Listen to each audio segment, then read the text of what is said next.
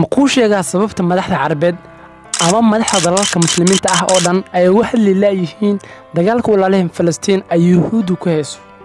kaliya dagaal ma ahan waa isirtifeen lagu la kacayo muslimiinta Falastiin kani waa Maxamed Maxamuud Mursi Ciise Al-Ayaad oo ku magac dheer Maxamed Mursi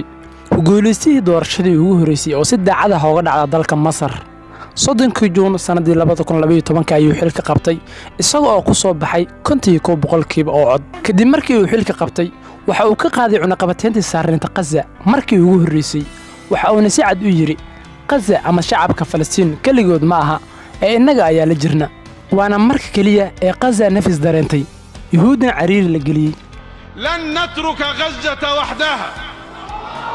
lan natruka Gaza wahdaha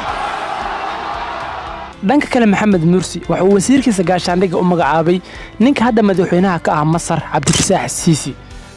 waliba loo dhaariyay balse Siisi waxa uu yiri dhaar hadal leh ma aho hal sano kadib waxa uu Afgambi ku qabsaday dalka xabsina dhigay ninkii xilka u magacaabay Mursi sheekadiisa waa ay dheer tahay balse 6 bilood oo uu xirnaa waliba xabsiyada ugu liita waa uu dhintay daryeel la'aan awgeed waana sheeko reer galbeedka ee Israel ay qayb weyn ka qaateen ma waxa jira hogaamiye gacantiisa isku dilaya ilaa mid iimaan leh ma ahine